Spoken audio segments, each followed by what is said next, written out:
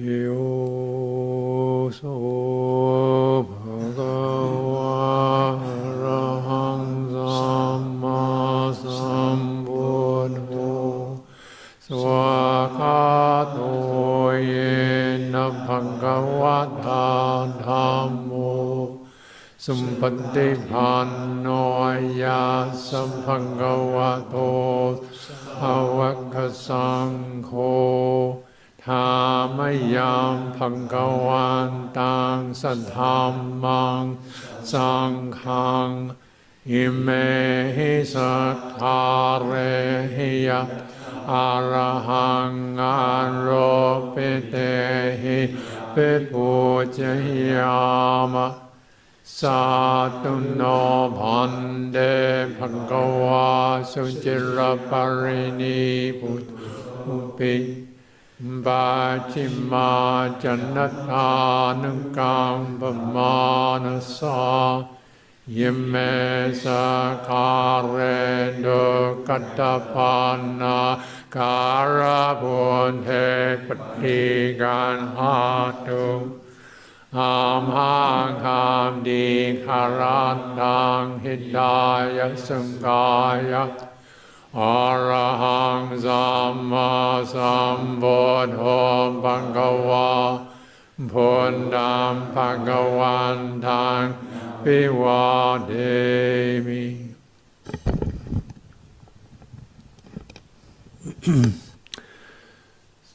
วะกะโตภังคะวันตาธัมโมธัมมังนัมมัสสามิ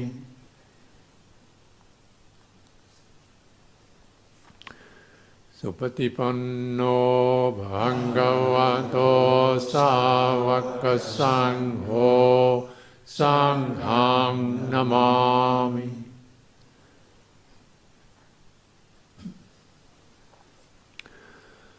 อันนามยังพุทธัสสะภะคะวะโตปุปปะกะนะมะกะรังโรมาสีนะโมตัสสะภะคะวะโตอะระหะโตสัมมาสัมพุทธัสสะนะโมตัสสะภะคะวะโตอะระหะโตสัมมาสัมพุทธัสสะนะโมตัสสะภะคะวะโตอะระหะโตสัมมาสัมพุทธัสสะธัมมังพุทธานุสตินายังโรมาเสธัมโกปันนะภะคะวันตังเอวังกัลยาโนเกียรติสันโตบุคคโตเอเตเปโสภังคะวะอะระหังสัมมาพุทโธวิจาจรณะสัมปันโนสังฆโตโลกเวโตอนุตตรปุริสธัมมสารติสัตตาเอวมนุสสานัมปุณโญภะคะวะอันนามยังพุทธาภิกิติงโรมาสีวันวาระหันดาวรันดาติกนาปิโยโตสุดาปิญญาณการุณาหิสมากตาโตบนเดสิโยสุจนันดังอมัลวสุโรวันดามหันดามารณามศิรสาจิเนดังบุญโธโยสัมปบาเนนามสรนังอิมมุตตมังด นุสันเดนานามวันดามิดามสิเรนะหังบุญลาสาสมิดาสวะบุญโดเมมิกิสโรบุญโดเดงาสังกาดาจเวทดาจหิตัสสเมบุญลาสาหัมเนยามิสรีรันจีวิตันจิตันวันดันโดหัมจเลสามิดาเสวันตุโบดิตังนันเดเมสรนังอัญญังโดเมสรนัมวรัมเอเดนะสัญจวาเจนะเดยามสาธุสาสเนบุญดัมเมวันธมาเนนยังบุญยังสุดามิดา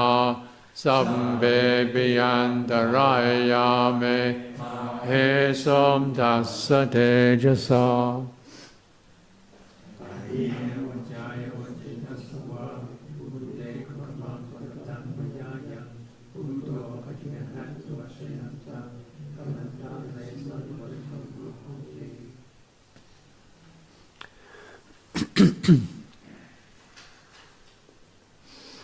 อันดมยังธรรมานุอันดมยังธรรมานุสตินายังกโรมาเส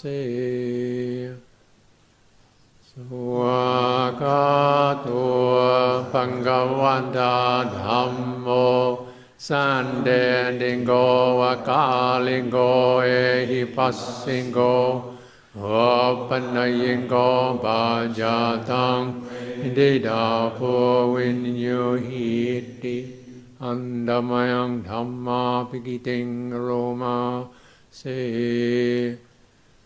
สวากาดาดาดิกนายโยกวเสนะเสโยโยมังกัมบังกัปริยาติวิโมกเปโตกุโลกปัตตนาดัตตาริตาริวันดามหันดมหรัมวรดัมมเมดังนัมโมโยสัมปบานีนามสรนังมมุตตมังทุติยานุสเดดานามวันดามิดามสิเรนะหังธัมมาสาสมิทาโสวัตโมเมสามิกิสโรนะโมเดงาสังฆาดาจาเวดาดาหิดาสเมนะมาสาหัมเนยา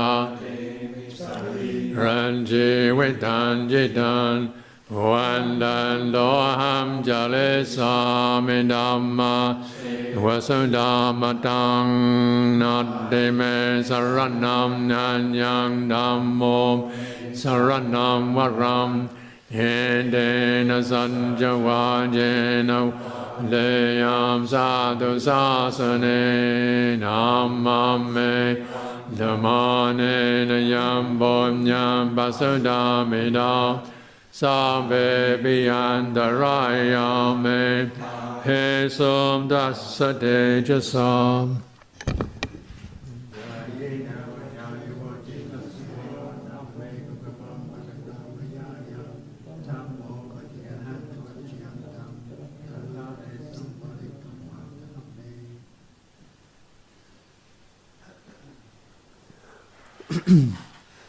อันดมยัมสังฆานุสตินายังกโรมาเส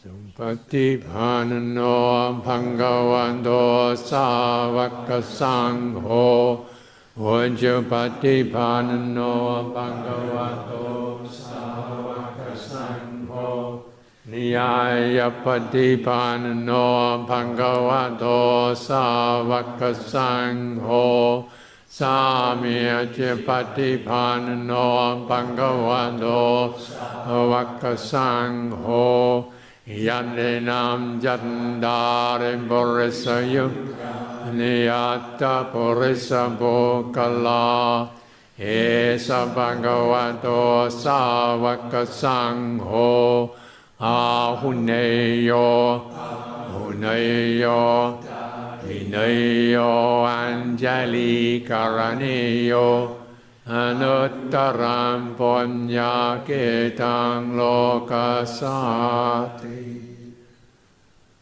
Andamayam Sangha Pikiting Roma Se Sadhamma Jo Sumpati Pati Guna Piyoto Dabido Varya Pokala Sangha Seto Sila Di Dhamma Pavara Sayakaya Jindo Wanda Mahanda Mariana Kanang Susudang Sanghoyo Sambhavani Nam Saranang Mamuttamang Tayanu Sadendanam Vanandamidam Sirenaham Sangha Sasamida Sova Gome Sami Kisaro Sangho Dunga Sangada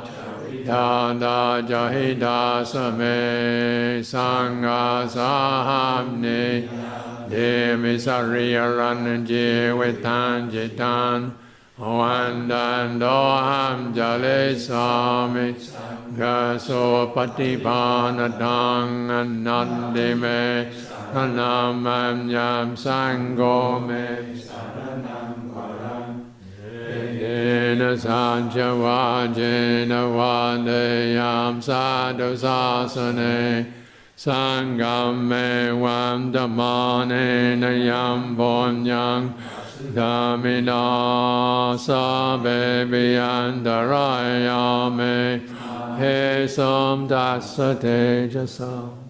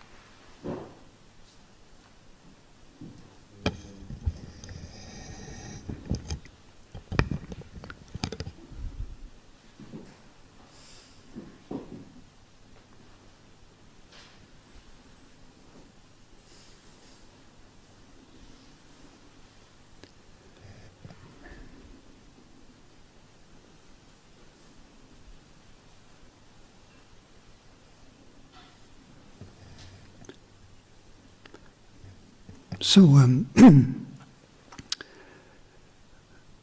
for those from overseas, you might not be aware that today is St. George's Day. And St. George is the patron saint of England. And his claim to fame was slaying a dragon. So he's often depicted as, on his horse, putting his lance to a dragon. And in my hometown of Rochdale, on this day every year we would enact this scene of St. George slaying the dragon in Rochdale Town Square.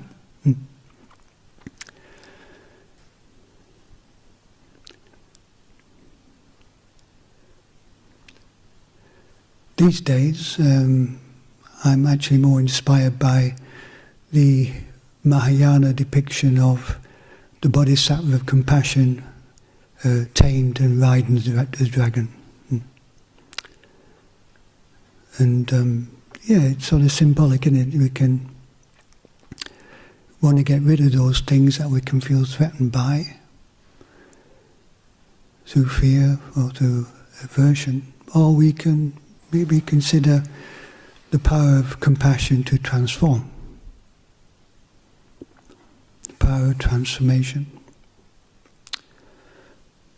So this is my little introduction to giving people the opportunity to affirm their aspirations towards compassionate living by using their body and speech in ways that don't harm living beings, enhanced by the renunciant precepts.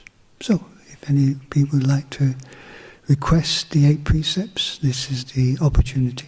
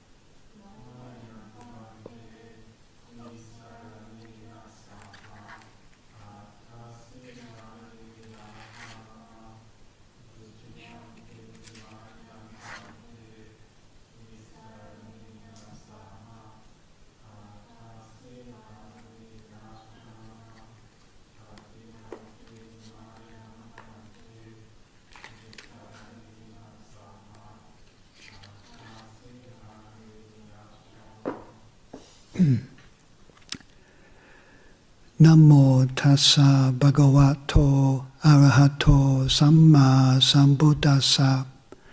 Namo tassa bhagavato arahato samma sambuddhassa. Namo tassa bhagavato arahato samma sambuddhassa.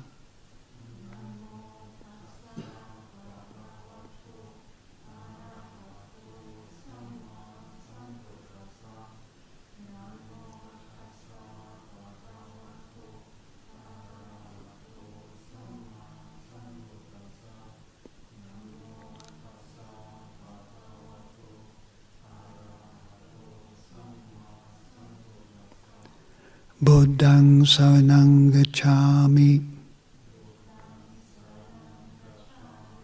Dhammang saranang gacchami. Sanghang saranang gacchami. Dutiyampi buddhang saranang gacchami.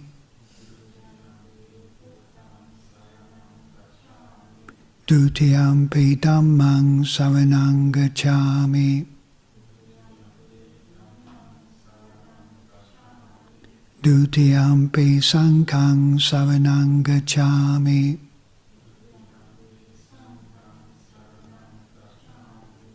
Tatiyampi buddhang saranang gacchami.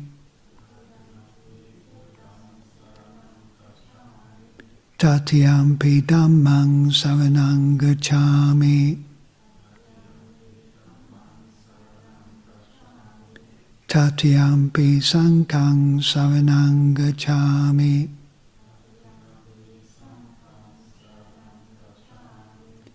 Ti sarana kamanang nititang.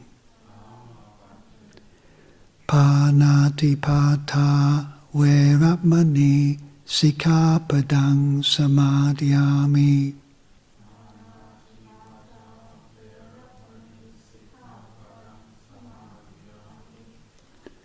I undertake the precept to refrain from taking the life of any living creature.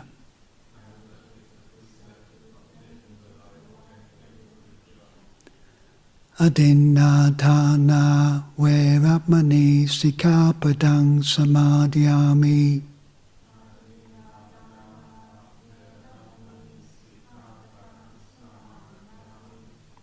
I undertake the precept to refrain from taking that which is not given.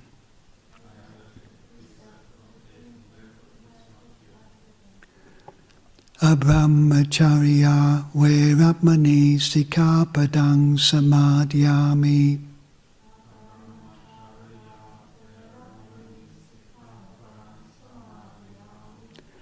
I undertake the precept to refrain from any intentional sexual activity.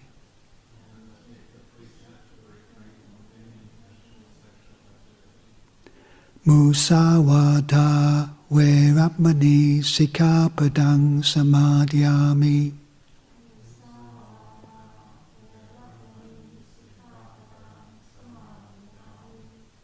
I undertake the precept to refrain from lying. Sura meraya maja pamadatana veramani sikkhapadang samadhyami.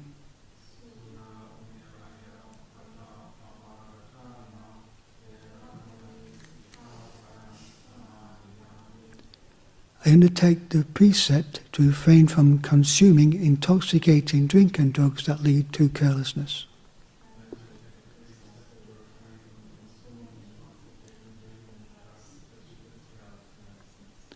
Vikala bhojana veramani sikkhapadang samadhyami.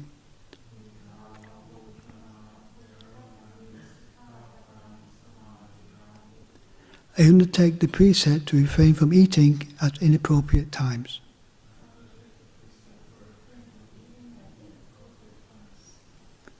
Nacha gita vadita visuka dasana mala ganda vilepana dharana mandana vibhusana tana veramani sikkhapadang samadhyami.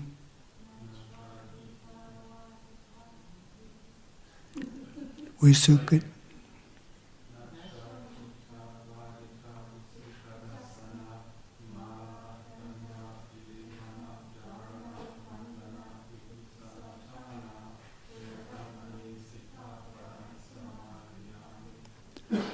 I undertake the precept to refrain from entertainment, beautification and adornment.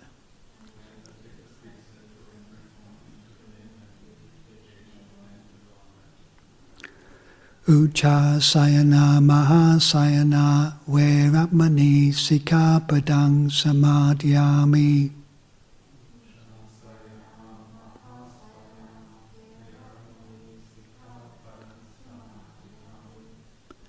I undertake the precept to refrain from lying on a high or luxurious sleeping place.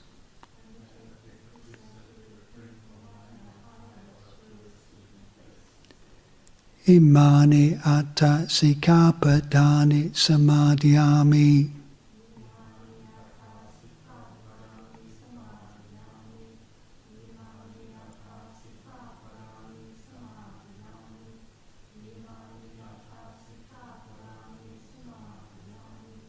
Imani atta sikapadani silena sugating yanti silena boga sampada silena nibuting yanti tasma silang visotaye.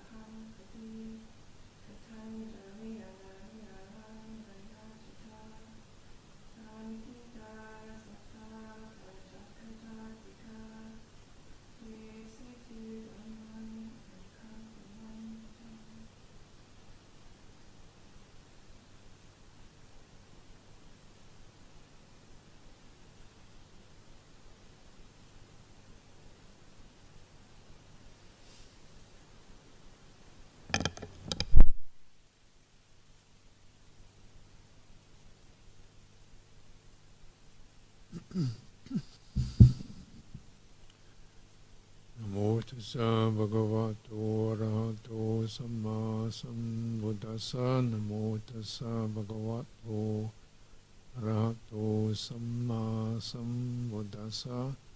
Namo tassa bhagavato arahato samma sambuddhassa. Buddhang dhammang sanghang nasami.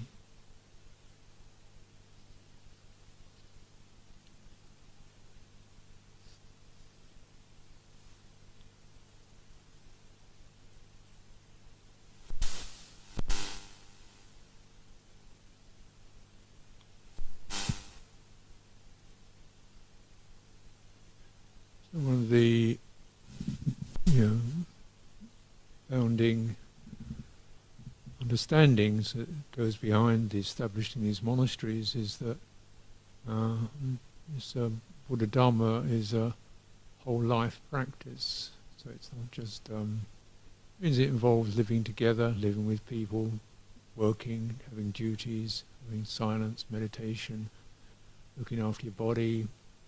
The whole thing, birth, death, the whole bit.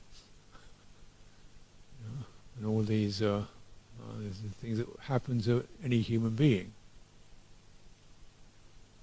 including, of course, the loss of others and how others see us, and relationships we're fond of, who we're irritated by, who we feel inferior to, who we feel superior to. Even the very act of kind of comparing and contrasting ourselves, kind of things that human beings do, wondering whether people like us and what we should do in order to be approved of. And all this goes on in human life, and all this is food for practice.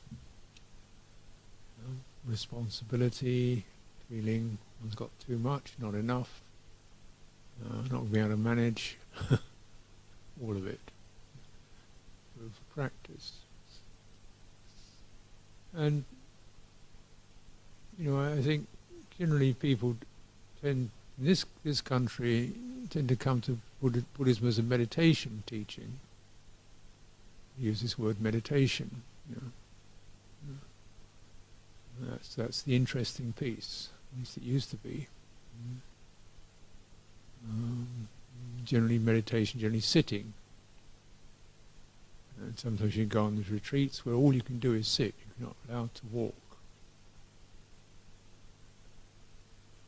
So it gets down to lesser and less, the sense being that somehow if you can go right into just microcosmic, you'll find truth, realization through microcosmic focus. And so that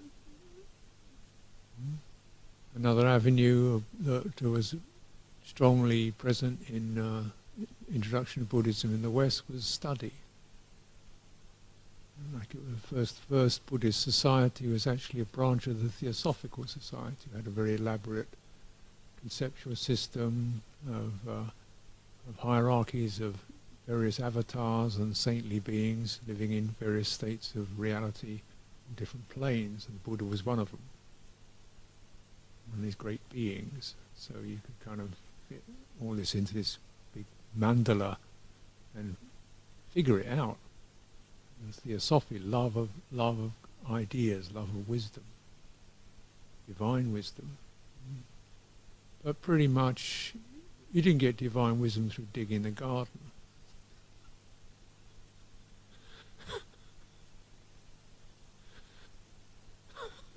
Or feeding your dog. You got it through some kind of arcane, induction into mystic reality. It's mystical stuff. And yeah, I'm sure you can do mystical. But just notice how these are really rather small doorways to squeeze through. Either a meditation retreat, all you can do is sit and focus on sensations in your body. And they may give you some understanding of some of the nature of sensation and feeling. True, not entirely useless, but such a narrow door to try and squeeze through. How many days can you do that for? How many times in your life can you do that?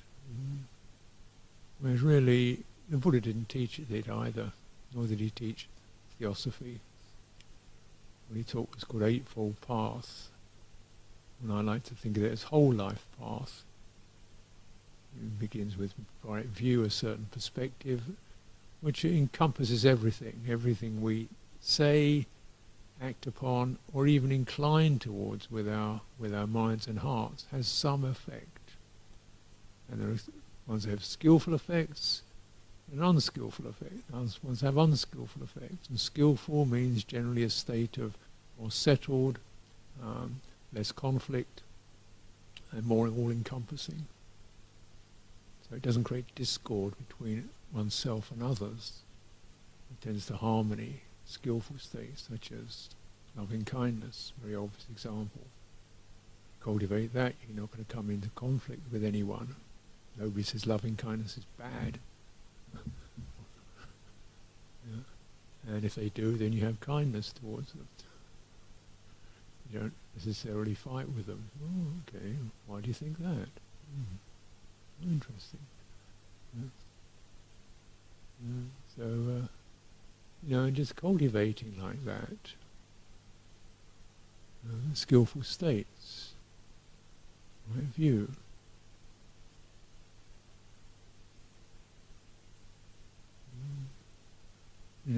Ordinary situations. I remember this story of the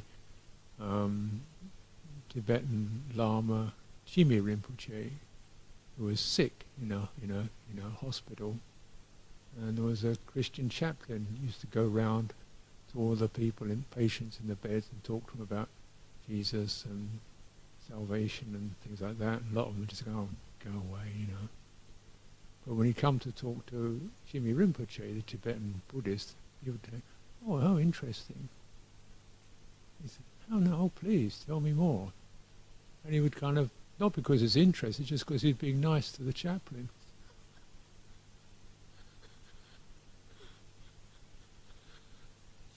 So he felt a sense of this is a person trying to do his thing, and so just be kind to him. So he'd actually say, oh yes, please, tell me more stories about Jesus. And they said, oh, very nice. And so they said to Jimmy Rinpoche, he said, he talked all this stuff about Jesus. Why didn't you tell him about Buddhism? He said, I just did. I lived it.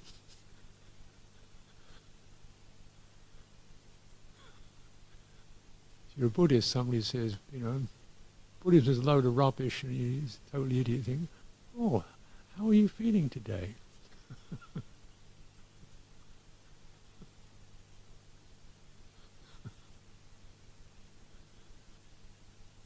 I met somebody in an airport. He was asking me, he said, you're a Buddhist? I said, yeah, I'm Buddhist. What do Buddhists believe in? Well, we don't really do believe. I believe in Allah, created heaven and earth. Yeah, it's certainly been created. I didn't like to comment on what a bodge job he made of it.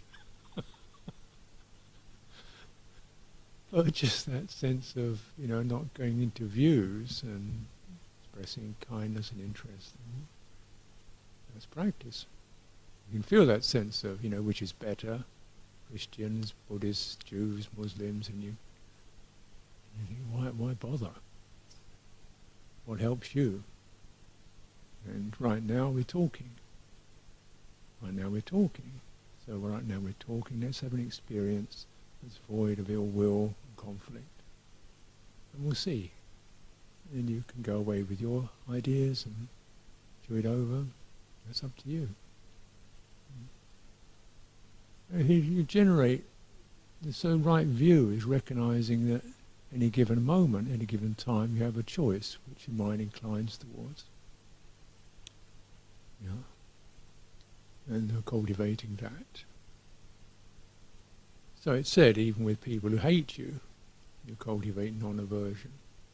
Kind of sense of, oh well, perhaps they've seen something in me, or I remind them of someone, or they're just having a bad day, or they've got their own problems and taking it out on me. At least I'll be patient and non-violent and non-reactive. We'll see what happens out of that.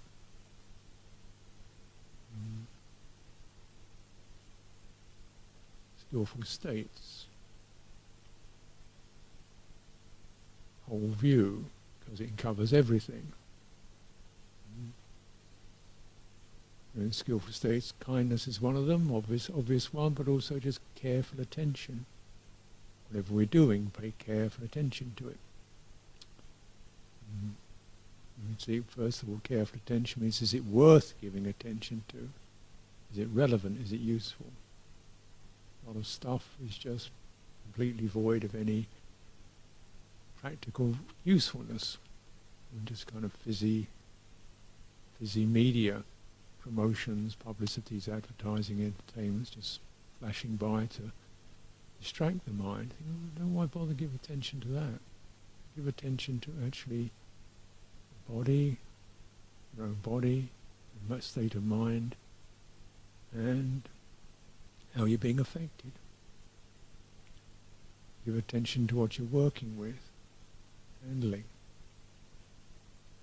Give attention to your tools, how you use them properly, how you put them away properly, how you make sure if they're broken you get them fixed, and to use them carefully.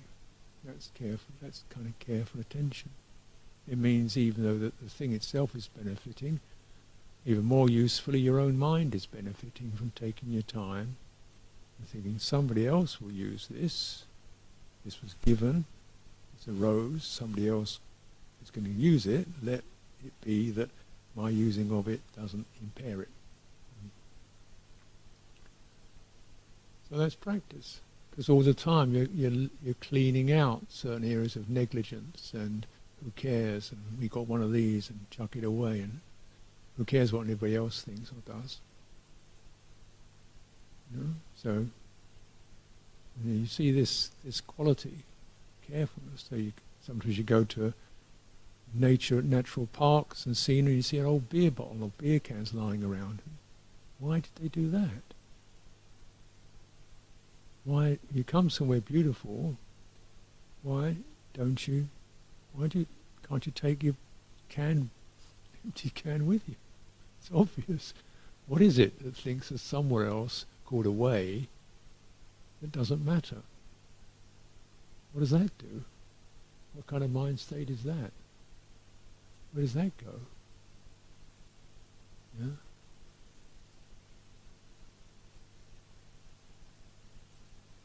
And you see, where all of it goes eventually is to mine. What counts is me, and that doesn't matter. What counts is me, and you don't matter that much. You matter as much as I can make use of you, or that's it, really. You matter as much as I can, you approve of me, you matter. So it goes that way. People using each other for this kind of selfish purposes. In subtle ways, not just physical work, but psychological approval or status. You should vote for me, I'm wonderful. I'm the leader of this, I'm the king of that, so forth. Stuff that human beings get up to. And you see this self-forming experience.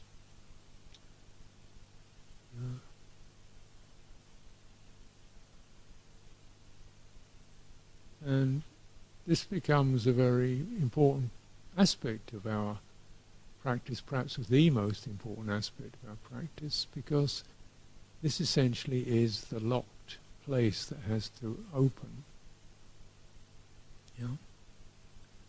We all, I'm sure, experience as self, and we experience what we call other people, with names and identities and relationships.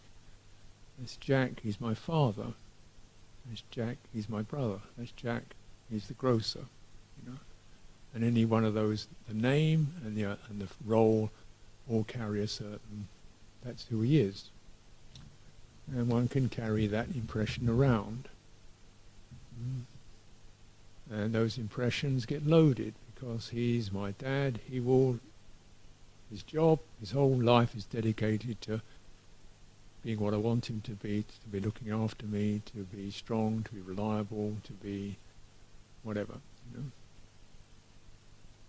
That's who he is. And that's a very infantile relationship, which infants have, and in a way they need to create that very infantile relationship to get some basic sense of security.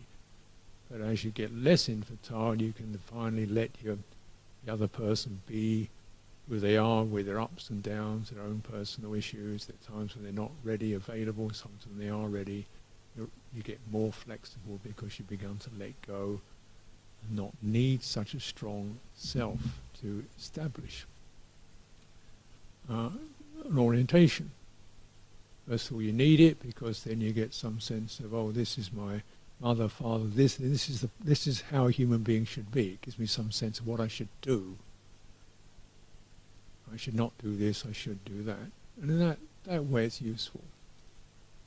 But not in terms of. But when that sense of what a person, learning what a person does and doesn't do, changes into what a person is or isn't, then it starts to go strange, because that's something we can never know or state, what a person is or isn't. And when what they do begins to become what they are, problems arise. Because then we use them to fulfill our needs for security, for affection, for getting things done, efficiency, or whatever. And that becomes that gets gripped at.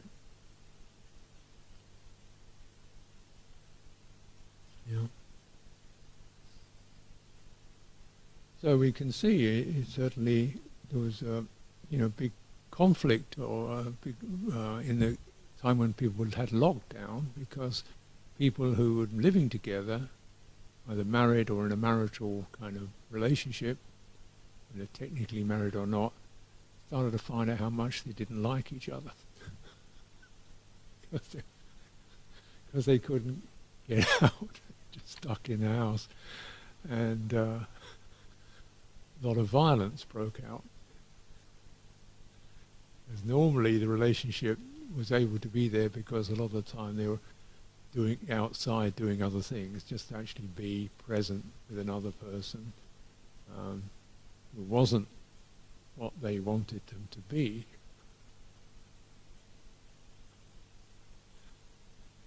You know, and it's this relationship when it's that close is extremely potent, and it kind of happens. You know, obviously people call it falling in love, but even more than that, just if you're not falling in romantic love, there comes with a certain familiarity with people, and in that we get a sense of, oh, she's that, he's this, you know, great, he's this, he's that, you know.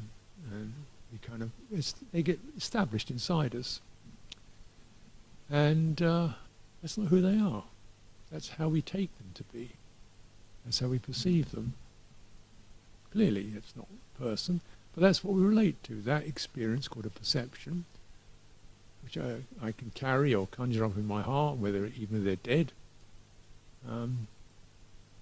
That's what I have, but that's not actually, that's them. That's not them.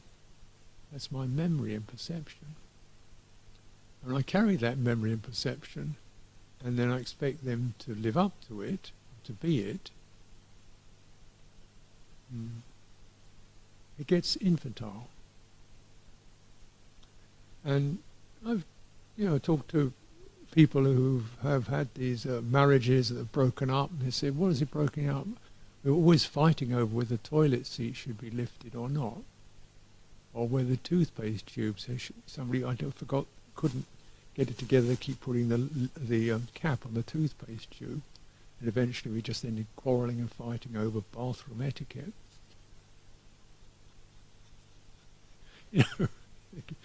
Really? Or the kitchen, they used to put things in the wrong place in the kitchen. Yeah, or snores, or you name it, had a terrible way of slurping his tea or something or the other, something got on the nerves. And then she always wanted this, she's always wanted this, that and the other, and he never did this, and he never did that, and he never talked over breakfast, and she always wanted me to talk to her over breakfast. It's getting so tight, and so tightly involved with little details, and that become inflamed. Whereas, you say, well, in fact, two human beings that actually physically, assault each other is a good thing. Keep the 5 precepts, that should be good enough. But it isn't. These, because this sense of, what I live with, the person I live with should be conformed to my tastes and preferences, and that's the deal. If you're going to be in that relationship, you actually are conformed to my tastes and preferences. That's a pretty tough thing to ask of someone over, maybe they can do it for a year or two, maybe. And then after 10 years or so, either they've learned to become more mature, more spacious, or haven't got out of that infantile projection, and things get extremely unpleasant, break up. Of course, if you can hang in with it, and learn about yourself, and learn to be more spacious, also learn to be more careful and respectful of each other, this is certainly a great practice. Definitely a great Dhamma practice, to be peacefully married. Again, I think it requires great Dhamma practice. Then it can be supportive, but you're supporting people to be who they are, not how you want them to be. And each of us individually in any of these is to recognize, well, how can I make it that I really understand, how I affect others, and I want to hear it, And I will see what I can do to understand my behaviour, and put a bit more attention in there. Make some effort. Keep making the effort. Making the effort. Ajahn Kruniko read a very moving account from the suttas the other day, when these monks who were living together, they were actually, I think they were arahants, so they lived together, and they just looked around and said, how can I help the others? So we didn't talk a lot, we used to, whoever got out of the refectory last cleaned up the slops pan, and somebody else would mop down this. We just looked about what needed to be done. It wasn't whose turn it wasn't this is I'm senior to you or you're junior to me. It was just what needs to be done. Just look around, keep your eyes open, pay attention. Dhamma practice. Rather than get absorbed in oneself. And so one of the interesting, he said that every few days, every 5 days, we'd sit together and we talk about Dhamma. Now the interesting thing in that presentation was no description of any kind of mystical experience. It was talking about ordinary things like cleaning up the latrine and going out on alms round and so forth. Not very mystical at all. And yet careful attention, awareness of what's appropriate, what needs to be done, sharing out the duties. And giving each other space. A lot of the time they didn't say very much at all. Just try to find out, through living it, how you're going to work together. What am I going to have to put more attention into? And so that's practice. And because that involves careful attention, kindness, patience, perseverance, and self-effacement. That sense of my rights, my ideas, my views, my opinions, my ways of doing everything can get pretty inflated and potent and get a lot of energy in it. So that's the one we want to deflate that. So that the sense of self, even the self who seems to be right or needs to meditate or whatever, you can feel the intensity of it, saying, no, this one is not going to go anywhere skillful.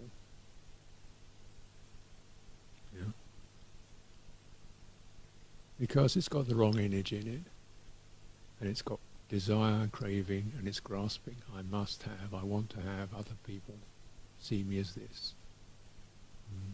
So we just recognize through studying this experience of self, which we all have, what is the unskillful quality of it, since it seems so innate? It's to do with perceptions. We're bound to have perceptions, inclinations and feelings. That's okay, but the grasping at them as this is me, and that's you, and this is me and that's you, and this is how you've got to be so that you fit me. And then you're not doing it well enough.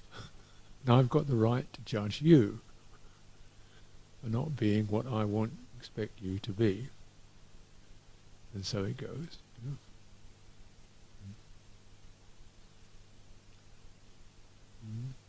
So this grasping, self-forming.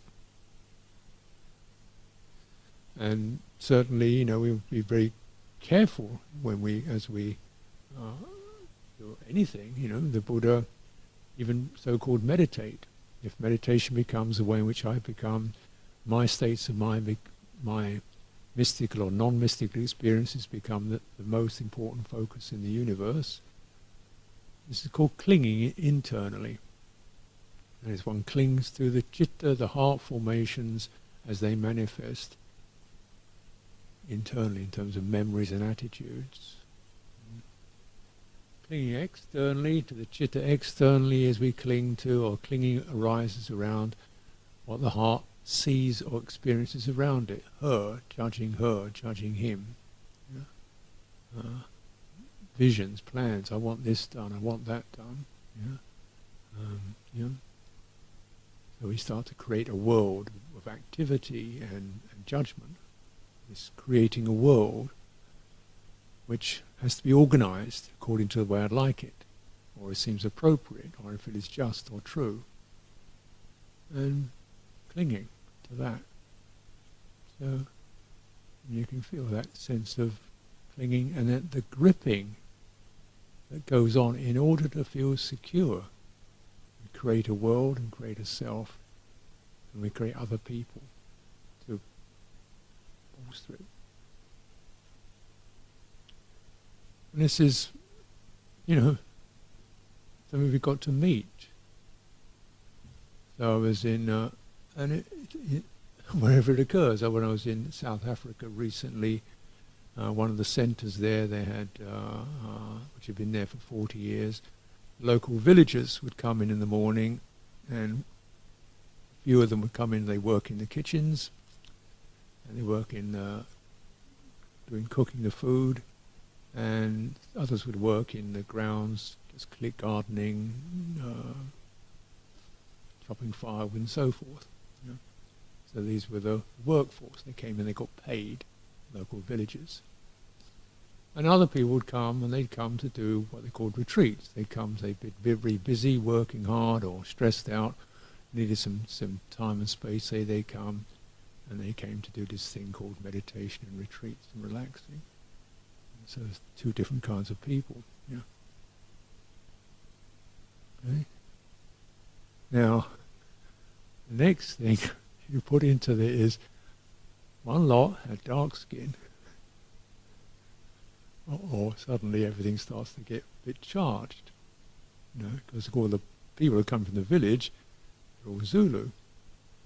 People who are coming in, some have dark skin, Zulu, some are Indian, quite a few are white. So suddenly, racist. Black people are the underlings who have a slave for us privileged whites. And that kind of horror story arises. And so one of the retreatants, who was European, got very agitated about this.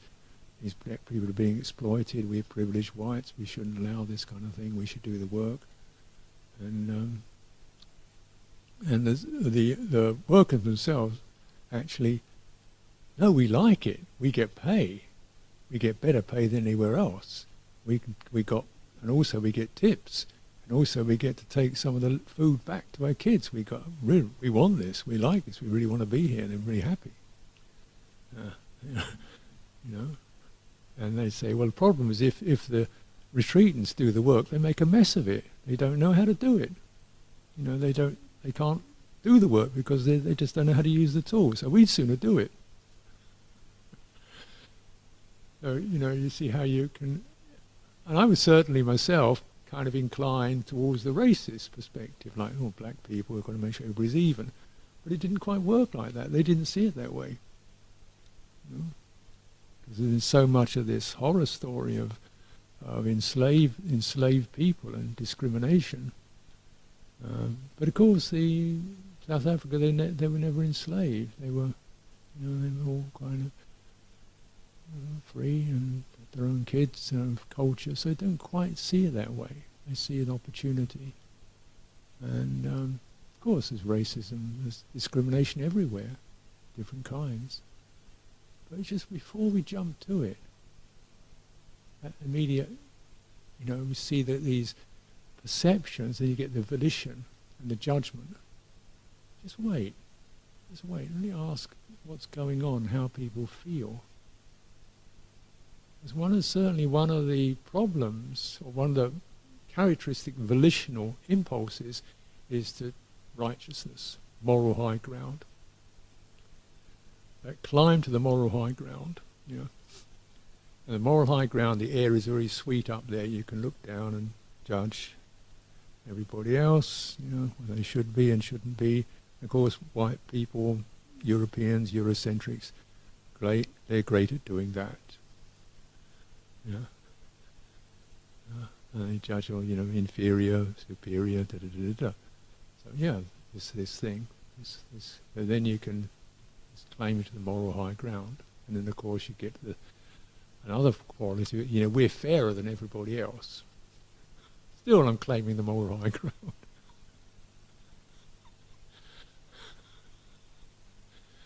I'm more fair than anybody else. So that's me again, And you should adopt my values, which are now of this level. Well, ask the people themselves. So it's a sense of equality, which I think I personally, my temperament, I'd incline that way, equality. But actually, it's not. It's an artificial thing. No true trees are equal. I think a sense of respect is more in tune with Dhamma. Respect. When you respect each other, equality starts to happen. It's not a theory. It means we have equal care and attention for each other, and naturally some of us are bigger, smarter, more vigorous than others. But that doesn't mean there's no sense of superiority in it. There's still the respect, the care, the attention is there. The same way. So you cultivate like that. Respect means non-judgment. Fundamentally it comes down to not placing the impression you have of somebody, not making that the centre. That's the impression I have of you. I'm just putting that to one side or holding that lightly because I really want to keep spacious and attentive to really learn and listen more clearly to what's happening for you. That's respect. It doesn't mean holding a continual sense of this person's higher than me. I don't see that as very beautiful. Because if they're higher than me, then what good is that? But if they're showing me things that I can, if I look carefully, rather than this person is better than me, but see qualities that they're manifesting and doing that I'm encouraged by, hey, that looks good. Yeah. Doesn't mean she's higher than me or lower than me, that just means that's a good quality. And I'm impressed by that. And as soon as you get rid of the person, or just don't bother to create a person, you're more open to the qualities that are present. And the qualities that they're not manifesting, that looks good. I can learn something from that. That seems useful. The less we create a person, the more valuable people become.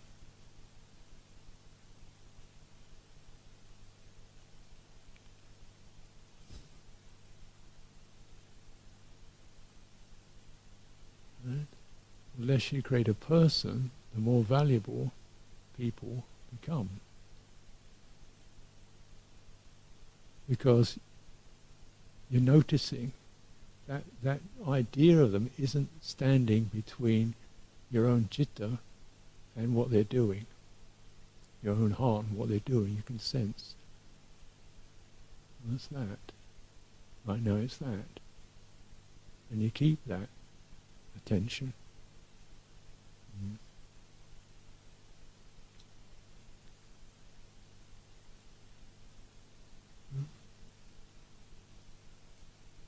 So you don't cling externally, sense of other people, but you're open externally. This is a beautiful action. This is reliable qualities you're witnessing. You don't have to concern yourself whether that person is younger, older, senior, junior, male, female, colour. Don't to concern yourself with that. And these that don't go anywhere useful. Right? You know, so obviously in this very monastic situation, you've got these quite clearly defined, a lot of it's clearly defined positions. I'm the senior one. So, I mean, if you hang around long enough, you don't die, you get senior.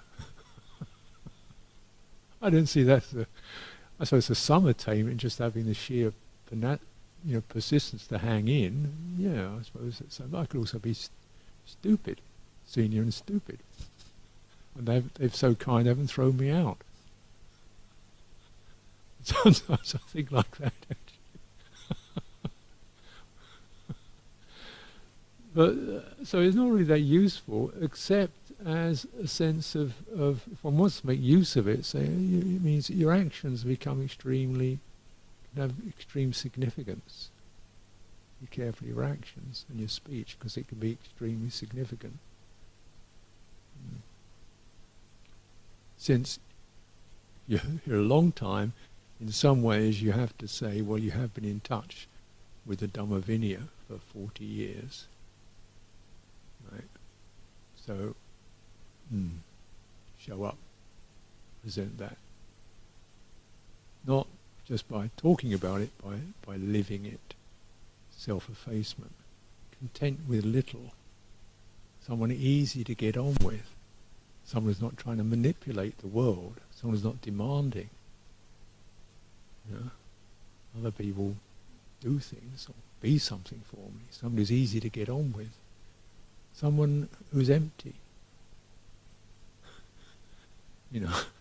Of kind of, of self. Making something out of themselves, rather than somebody who's making themselves into a big I am. So in this Dhamma discipline, it's like the advancement is towards emptying, rather than becoming. So you cultivate. You're looking at actions rather than persons. And reactions. So someone breaks something, messes something up, makes a mistake, is rude or offensive. Okay? It's human actions. Do we say, I'm senior, you shouldn't do that? No, we say, I'm senior, whatever I am. It's irrelevant. Just, why did you do that? Did you notice that? How can I help you to understand that? Or to act differently? What's it about? Since we all make mistakes. So then we can use relationship to encourage and feedback and help to point things out, or to say, well, what's happening for you? And do you understand this? Have you seen that? So we help to kind of continually instruct each other and guide each other.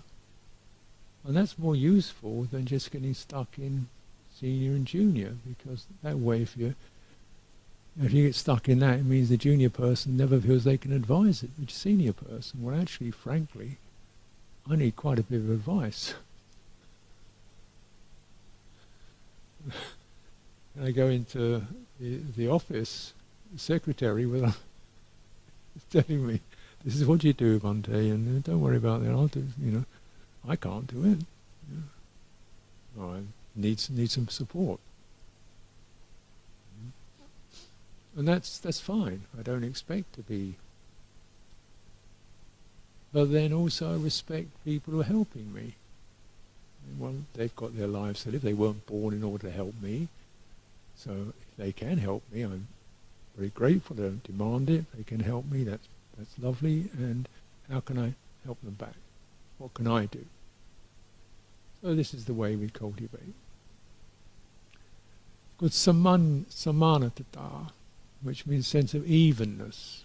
Even evenness is not quite the same as equality, which is very much more like a theoretical attitude or a theoretical overview. It's even means careful attention to others, to what's happening for this person, careful attention to what's happening for yourself. Careful attention that you're not locked into one or the other.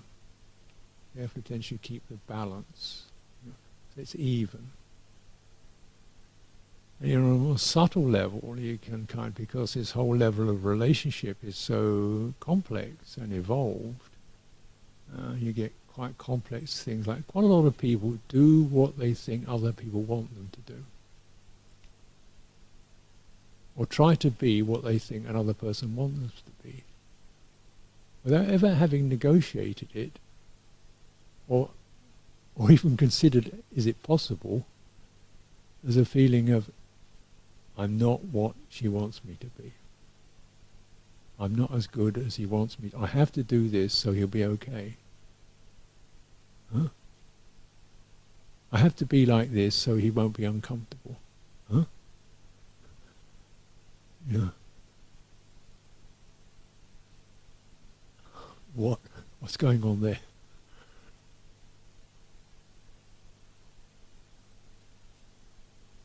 I have to dress like this or act like this so that he will think he will be okay, comfortable.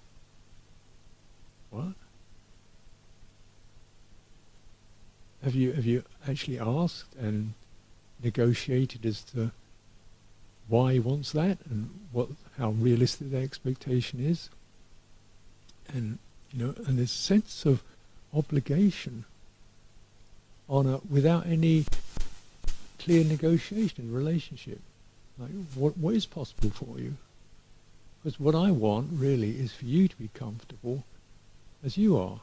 You be comfortable as you are, I'll be comfortable as I am, and then we'll see with what degree of space we need.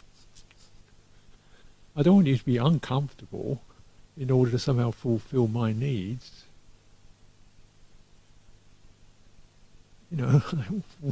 Where's that going to go? Are we into fantasy or in reality? Into being actually truth or playing games? And you recognize, well, actually how I am is changing anyway.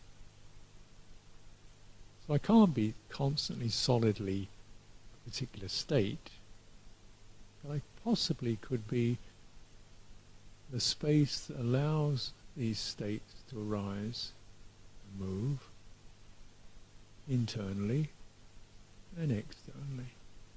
I could allow you to feel unhappy, glad, triumphant, even annoyed with me. And I wouldn't get reactive. That's a possibility. That's what I'd like to work on. I don't want you to be some object of my wishes. I want you to be something, possibly, that helps me to let go of my projections, fantasies, about you and about me, or what I think you think of me, what you think, I think, you think, kind of rigmarole. That's Dhamma practice. Because all the time you're looking through these complexities, you're looking at fundamental clinging and craving to somehow find an orientation that's comfortable. And in a world it's actually an illusion. Fantasies, just impressions. Visual impressions, memories, emotional impressions, perceptions, just concoctions, and you're trying to find security and comfort in that. And what we can do as fellow humans is present who we actually are and how it is, to shatter this fantasy-making world. That's the greatest service.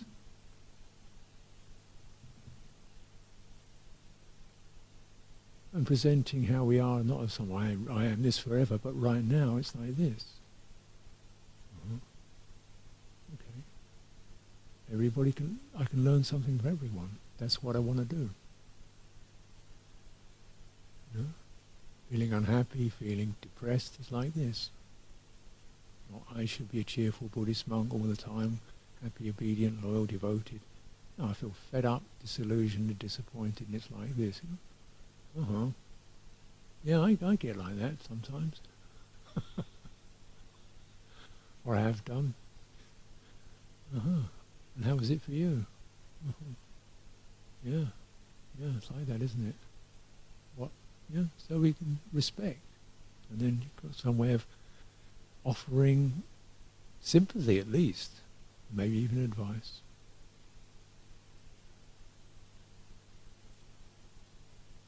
So a lot of this stuff is not, it's incredibly human, sometimes embarrassingly human. Yeah, and mundane. But that's the beauty of it, because it's so accessible. And if you carry it through, investigating, steadying your intentions, through that awkward, mundane, clumsy human experience, with its insecurities and its fears and its hopes and its, you can find, penetrate that, you see. There's a beautiful open compassion that just seeks the welfare. And it is the welfare. That which seeks the welfare, that quality is the welfare. And we should remember, it's not an inch away from that. It's that immediacy. And we need to look at it. We need to remember it. Return to it. Because one of the salient features of ignorance is you lose touch. You don't see the obvious.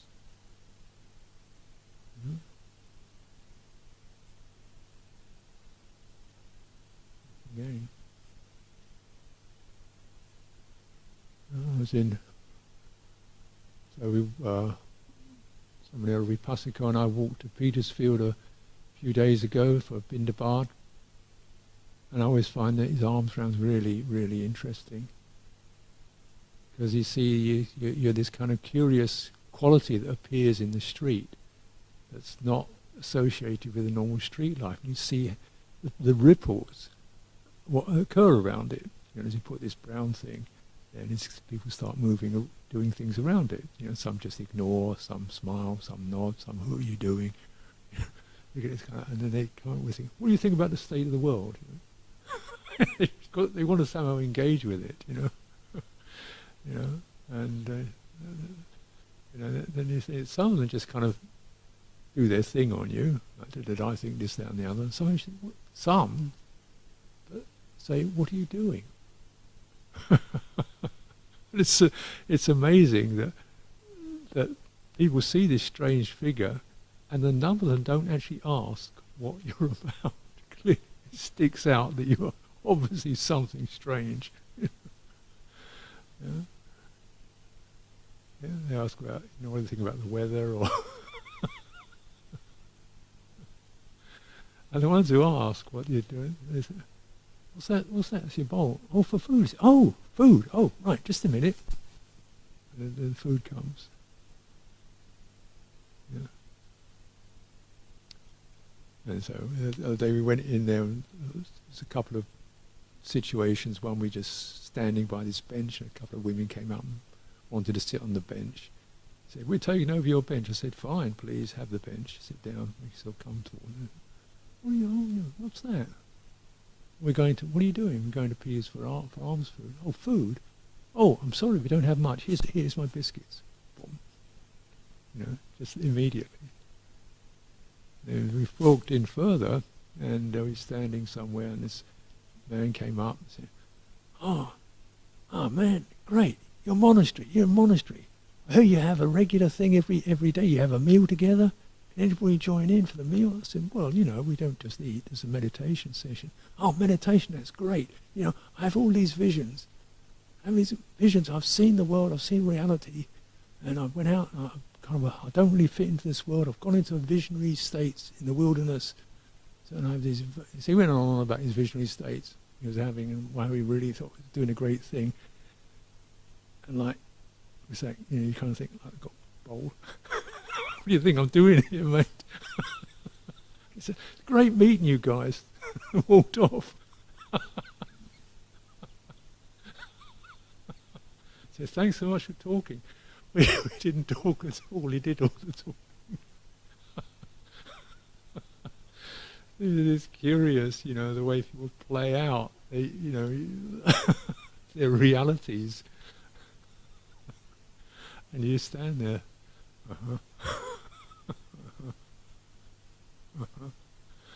You know, because sometimes, hey, Krishna, what are you doing there? You know, you get that kind of thing. Just stand there. And you kind of get the sense that this is kind of like where you practice, like you just hold bare presence with all these projections, your own projections about other people. Vrindavan's great because you think, well, I'll stand some. She looks like she's going to give some. No, she's not. This guy's got a load of food. No, he's not. No. Who's that weirdo in the funny haircut? Oh, thank you very much, sir. The people you didn't imagine suddenly come up with some food, and the people you expected of just walk away. You know, you just watch yourself doing that. Eventually, just don't know. I'm standing. I don't know. It's open, internally, externally. Here we are.